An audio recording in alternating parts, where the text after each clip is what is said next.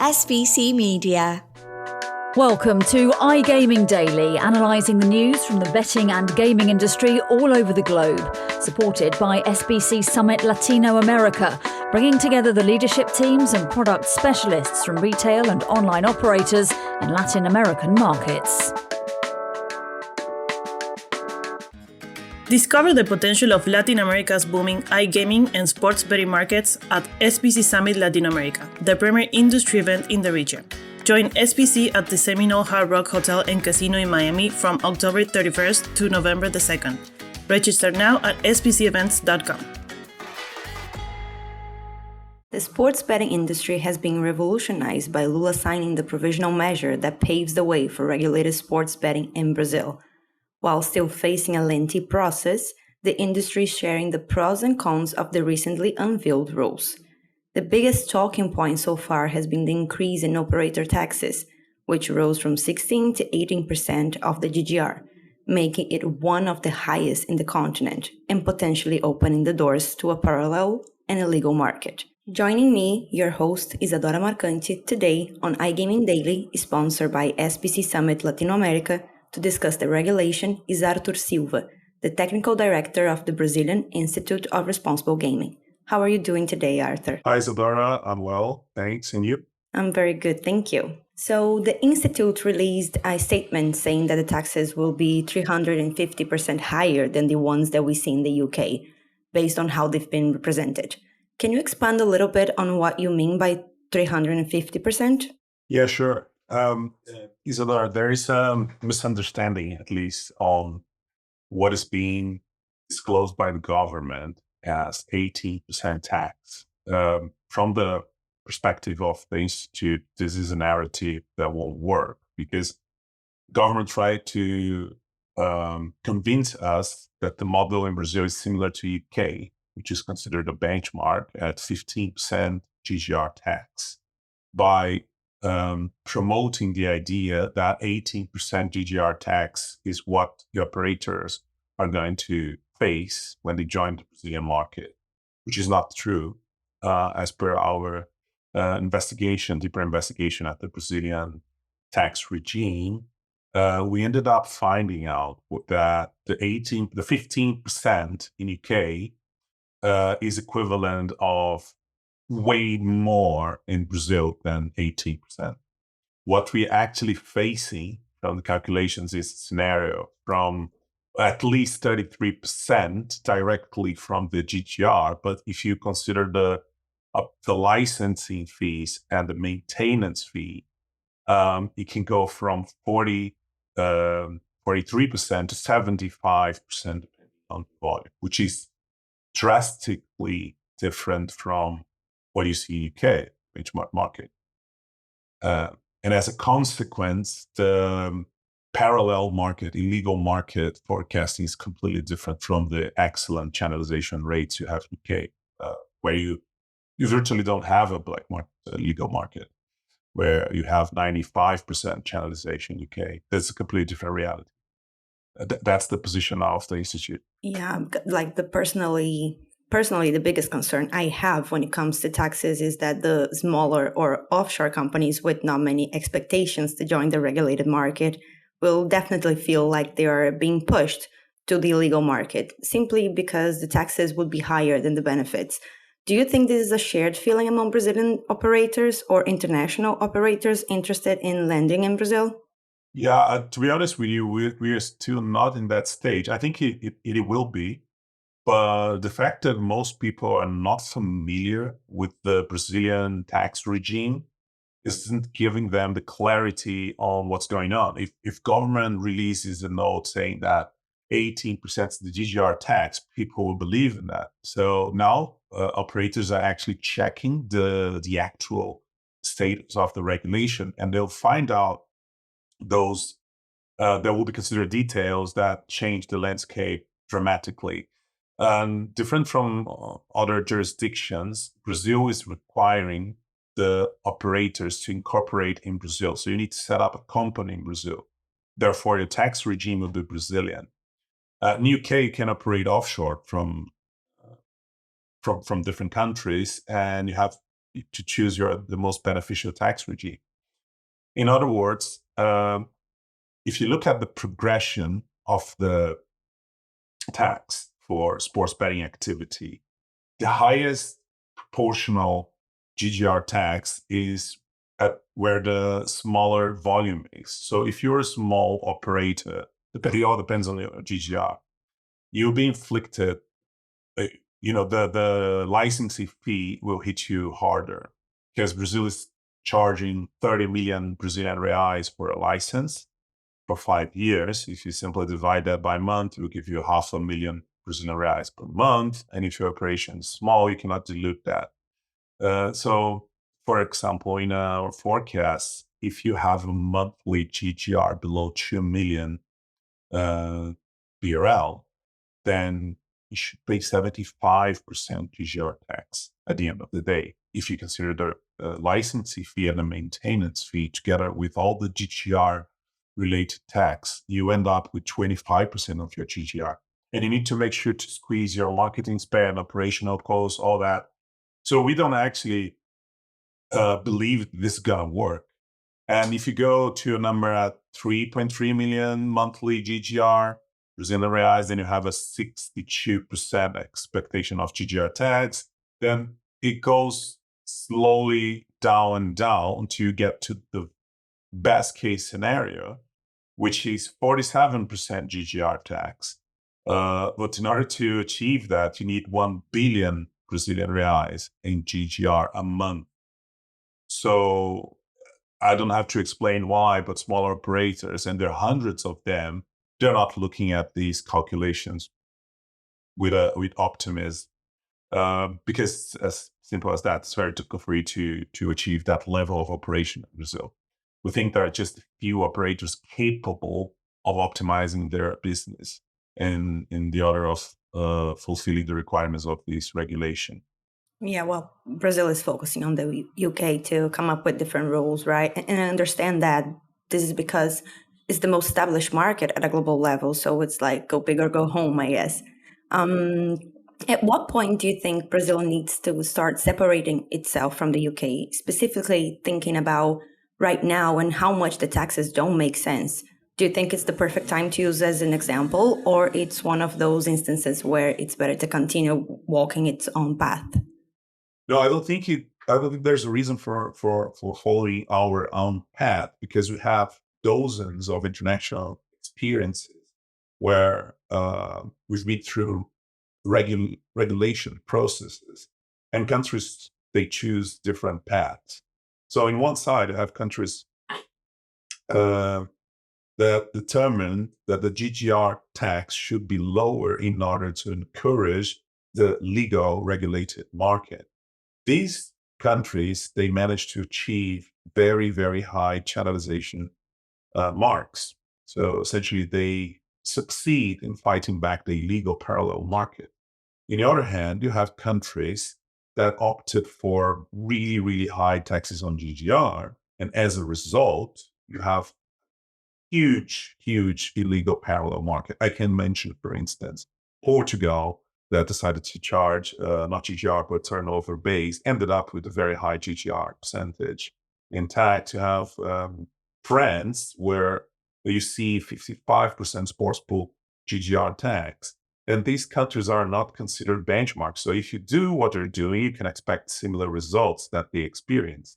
So France, for instance, we have estimations by A2 consulting that 40% of the market is illegal, meaning that 40% of the market won't pay tax at all, won't follow the responsible gaming, AML, integrity, enforcement that the regulation brings.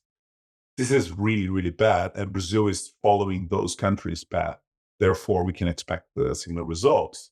Now, if we want to get back on track and actually follow the benchmark, which is UK, then we need to address the tax problem.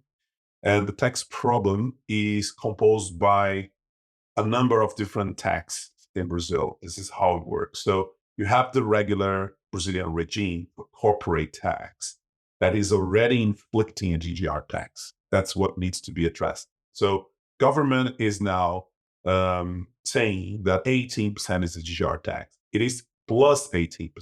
This is the industry-specific tax that will be considered on top of the existing tax, PIS, COFINS, ISS, and other taxes that Brazilians are used to. So at the end of the day, if you sum the 18% sports book specific that is formed by a number of different destinations, Ministry of Sports, Social Security, and all that, together with the existing tax, you end up upfront with a 33% GGR tax. That's the first thing we consider the calculation. So we need to tackle that, reducing the 18% in order to bring it down below 20%.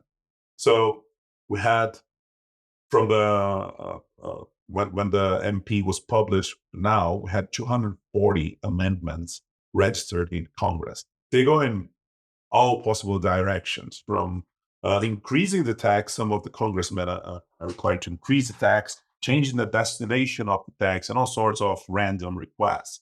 But a few of them, they actually request a reduction at this 18% GGR, concerned about the problem which I just described. So they want to bring down the 18% to 8%, removing a 10% Social Security tax, because there's already a Social Security tax in Brazil, which is the CSLL, PIS, COFINS.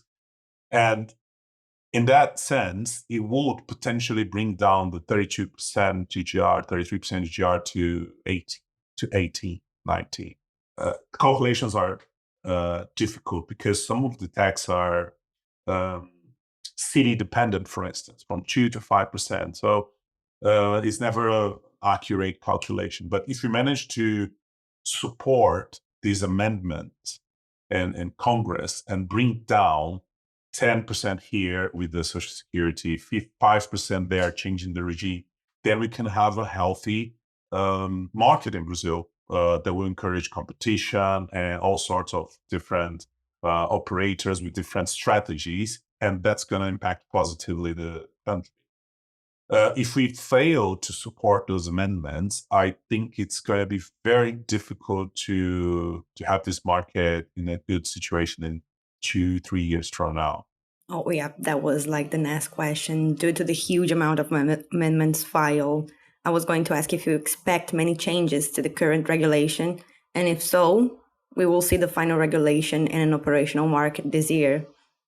Yeah, look, if you ask me what is actually important or deal breakers, I would point the tax amendments to reduce the overall tax as more important one. So the GTR tax needs to go down 10% more than that at least.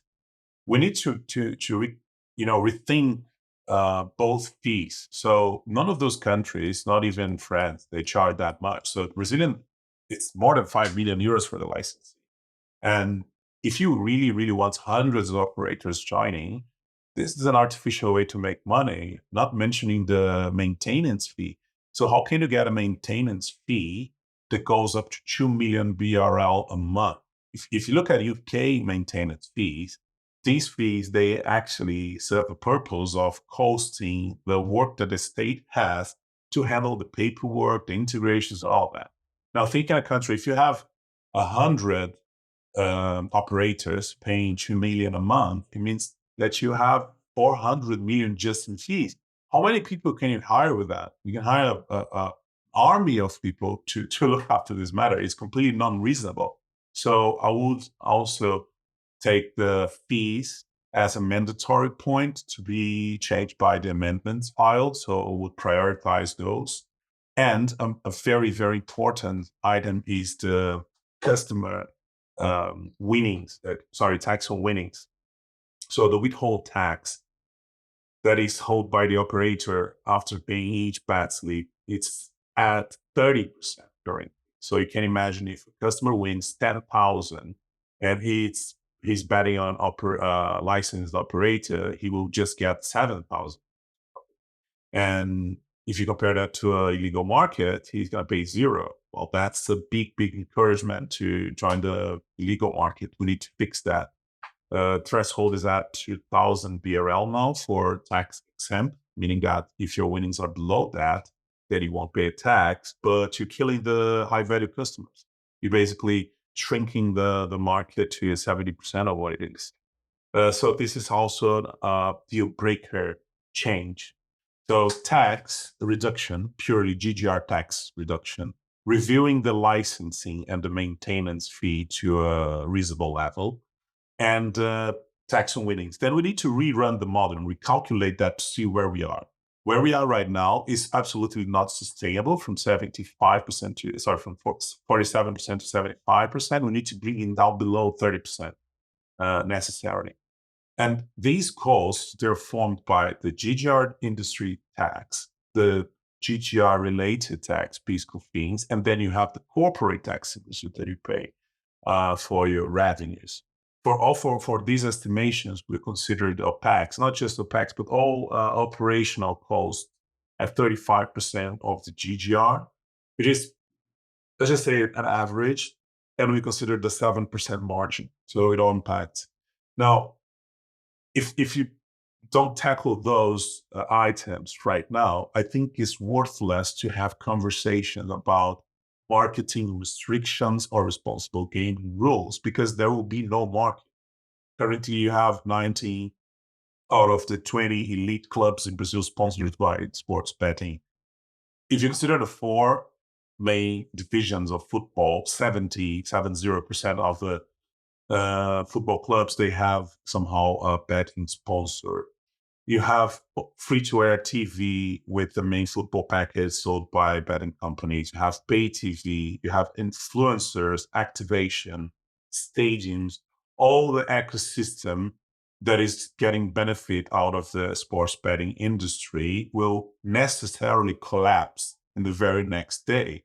So if you're currently paying 20 million for a football club in Brazil as a sponsorship, and the first day of the regulation, you have to drop your casino revenues because this is not being regulated, which in certain companies, it can be up to 80% of their total revenues.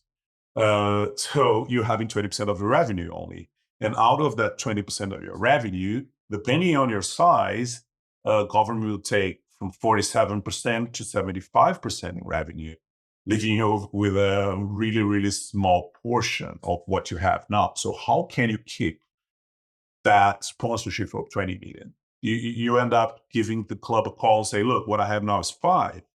And this is not going to happen with one operator. It's going to happen with all of them, because illegal market operators won't be able to advertise in Brazil because they don't have a license.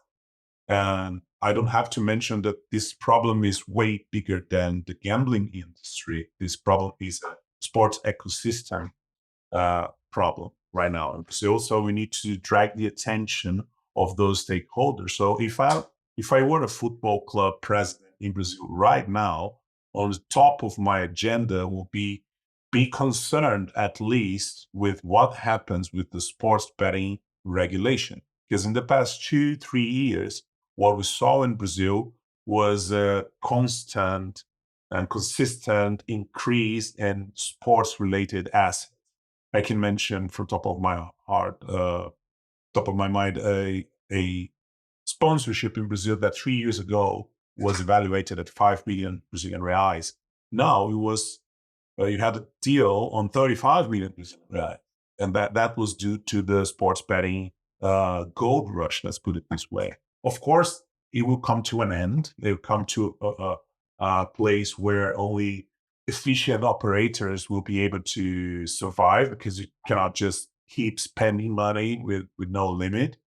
But what is being proposed by the government kills the market in a very, very consistent way, because it kills the genuine market who wants to pay tax. And that's a very unique situation where you have the industry the industry wants to pay tax and incorporate in Brazil. They want to do that, but the policy makers trying to make their lives very difficult, and that can be the opposite of what the government wants. Government wants to collect tax in order to give a response to the problem, the cash flow balance problem that the Brazilian government has now. But by doing what they plan to do, thinking in this industry like just another industry, it will end up with the opposite desired result, which is collect nothing and generating, giving birth to what can potentially be the largest illegal betting market in the world.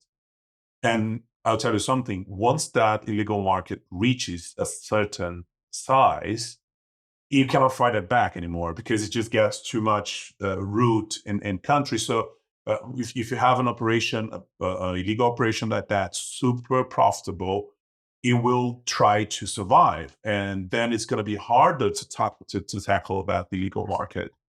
And we have the chance now to prevent that illegal market to exist by approving in Brazil a healthy regulation in GGR tax. If you do that, Brazil is now a very interesting market. Every operator in the world has its eyes on Brazil because it's a huge market. Everyone knows that. But they're trying to decide, should I go with a license or should I go illegal? Some, of course, part of the industry, not that we have to understand that you cannot have an agreement with those that are planning to operate the illegal market. What we can do is to make their life more difficult. And therefore, I'm not sure if I answered your question, but the point here is to laser focus the effort from all the stakeholders involved in this process to make sure that the amendments, all the amendments filed in the direction of reducing tax will pass, will be approved. And then we start thinking about the other elements of the regulation, because this is crucial for the survival of the market in a year or two, my opinion, and the IBGR's opinion as well, after looking at the actual numbers. Oh, definitely. Well, on a lighter note, Arthur, if you had to pick 3 markets at a global level that you think Brazil could compete in terms of revenues, which ones would you pick? Well, that's a complicated question, because I guess countries that are as big in potential as Brazil, some of them are regulated, like China or India. This is how Brazil will be, in my opinion, market size. Regulated markets, it depends. Have the big markets in Europe. I think Brazil has what it takes to beat them in terms of audience and play value and all that. But the problem here is, first, the vertical. Brazil is only looking right now after sports betting. So I don't think Brazil will be top 3 in the world with sports betting only. But if you have sports betting and gaming together, I think Brazil is certainly at the top shelf type of operator one. So Brazil has the potential to be top 3 markets in the world if everything is regulated in a good way. Put it this way, this is my expectation. Perfect. That's everything for today's podcast. Arthur, thank you so much for joining us today. To the listeners out there, links to the topics discussed will be put in the description below. Also, make sure to like the iGaming Daily LinkedIn page to keep updated. Thank you for listening. Thank you for listening to today's episode of iGaming Daily, brought to you in conjunction with SBC Summit Latino America, being held at the Seminole Hard Rock Hotel and Casino in Miami on the 31st of October to the 2nd of November. If you want to find out more about some of the subjects raised today, feel free to explore any of the sites in the SBC News Network. Happy reading.